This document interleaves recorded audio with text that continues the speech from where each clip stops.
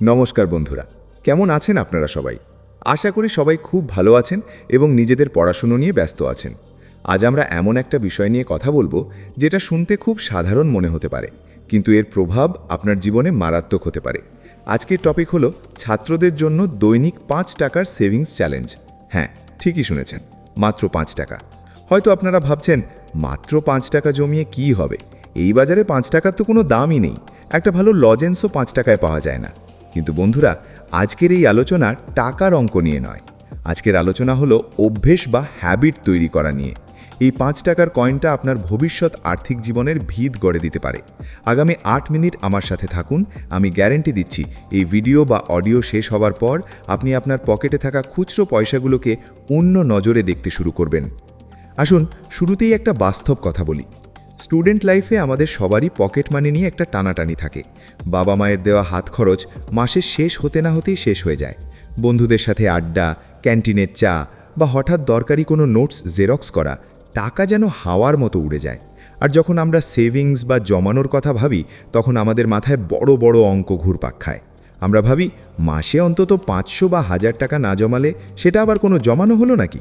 আর এই বড় টার্গেট পূরণ করতে গিয়েই আমাদের আর জমানো হয়ে ওঠে না। এখানেই আমরা ভুল করি। আজকের এই ৫ টাকার চ্যালেঞ্জটা সেই মানসিকতা ভাঙার জন্য। আসুন একটু হিসেব করা যাক। খুব সাধারণ অঙ্ক। আপনি যদি প্রতিদিন মাত্র ৫ টাকা করে জমান, তাহলে মাসে সেটা হয় ১৫০ টাকা, বছরে সেটা দাঁড়ায় ১৮২৫ টাকায়। এখন আপনারা বলবেন, মাত্র ১৮২৫ টাকা দিয়ে বছরে কি হবে? শুনুন, এই ১৮২৫ টাকাটা কিন্তু আসল ব্যাপার নয়। আসল ব্যাপারটা হলো সেই ৩৬৫ দিন, যেদিন আপনি নিজেকে কথা দিয়েছিলেন যে আজ আমি ৫ টাকা জমাবো, এবং আপনি সেটা করেছেন। এই যে ডিসিপ্লিন বা শৃঙ্খলা, এটা কোনো স্কুল বা কলেজে শেখানো হয় না। ভাবুন তো, এই ৫ টাকা আপনি কোত্থেকে বাঁচাবেন? আপনাকে এর জন্য খাওয়া দাওয়াই বন্ধ করতে হবে না। আপনি কি বাসে করে কলেজ যান? যদি আপনার স্টপ থেকে কলেজ খুব কাছে হয়, বা ধরুন ১ কিলোমিটার রাস্তা, মাঝে মাঝে রিক্সা বা অটো না নিয়ে একটু হেঁটে যান। শরীরও ভালো থাকবে আর ওই ৫-১০ টাকাটা বেঁচে যাবে। আপনি কি দিনে দুবার চা খান? বন্ধুদের পাল্লায় পড়ে অনেক সময় অপ্রয়োজনীয় স্ন্যাক্স বা কোল্ড ড্রিঙ্কস খাওয়া হয়ে যায়। সেখান থেকে মাত্র একটা খরচ কমান, ব্যাস আপনার ৫ টাকা রেডি। এখন প্রশ্ন হলো, এই টাকাটা জমাবেন কোথায়?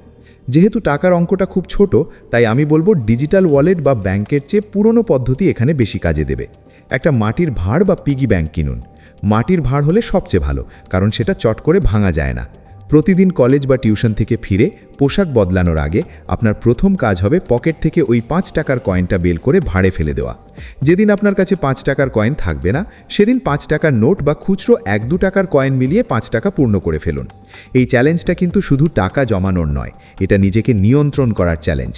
এমন অনেক দিন আসবে যেদিন আপনার মনে হবে, ধুর আজ থাক, কাল একসাথে ১০ টাকা দিয়ে দেব। এই ভুলটা করবেন না। কাল কখনো আসে না। আজকের ৫ টাকা আজকেই জমাতে হবে। এটাই এই চ্যালেঞ্জের মূল নিয়ম। কনসিস্টেন্সি বা ধারাবাহিকতা বজায় রাখাটাই আসল সাফল্য। আসুন এবার একটু মনস্তত্ত্ব বা সাইকোলজি নিয়ে কথা বলি। কেন আমি মাত্র ৫ টাকার কথা বলছি? কেন ৫০ টাকা নয়? কারণ ৫ টাকা এতটাই নগণ্য একটা অ্যামাউন্ট যে এটা জমাতে আপনার গায়ে লাগবে না। আপনার ব্রেন আপনাকে বাধা দেবে না।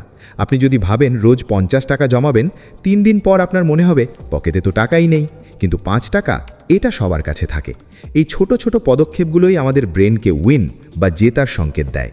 যখন আপনি টানা ৩০ দিন এটা করবেন, তখন আপনার অবচেতন মন বা সাবকনশিয়াস মাইন্ডে গেঁথে যাবে যে আমি টাকা জমাতে পারি, আমি ফিনান্সিয়ালি ডিসিপ্লিনড। এই আত্মবিশ্বাসটা আপনাকে ভবিষ্যতে কোথায় নিয়ে যাবে জানেন? আজ আপনি ৫ টাকা জমাচ্ছেন, ১ বছর পর যখন আপনার অভ্যেস হয়ে যাবে, তখন হয়তো আপনি রোজ ১০ টাকা বা ২০ টাকা জমানোর চেষ্টা করবেন।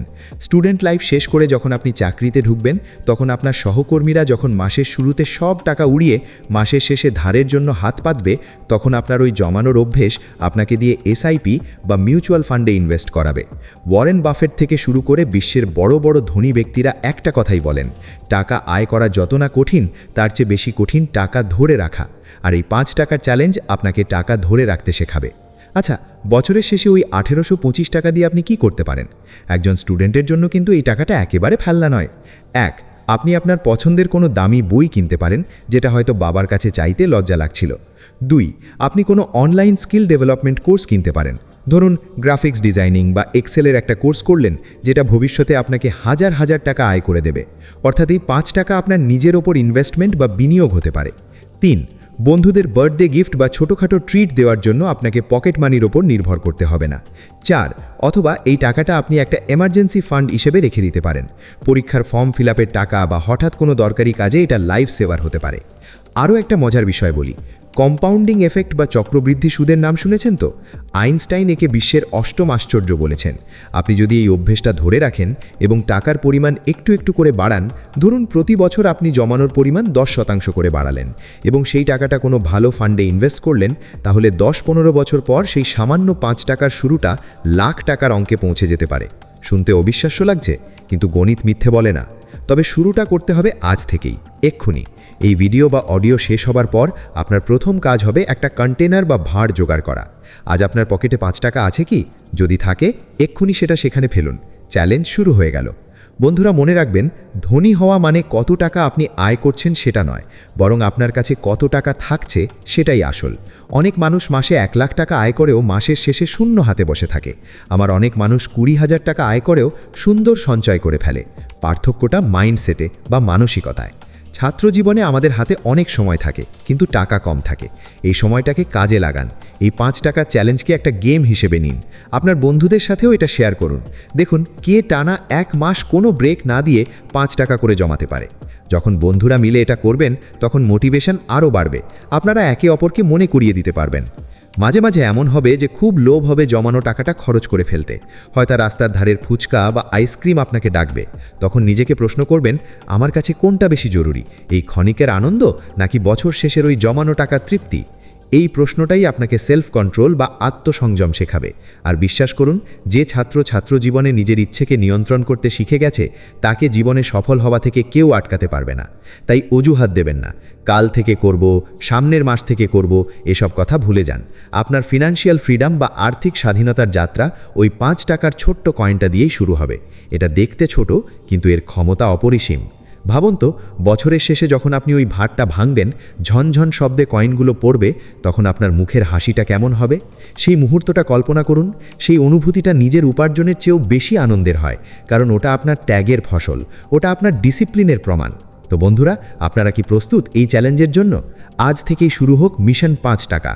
আপনার ভবিষ্যৎ আপনার হাতে, আর সেটা শুরু হচ্ছে আপনার পকেটের ওই ছোট্ট কয়েনটা দিয়ে। অনেক ধন্যবাদ এতক্ষণ সাথে থাকার জন্য। আপনার সঞ্চয়ের যাত্রা শুভ হোক। দেখা হবে বিজয়ের পথে, জমানো টাকার পাহাড়ের সামনে।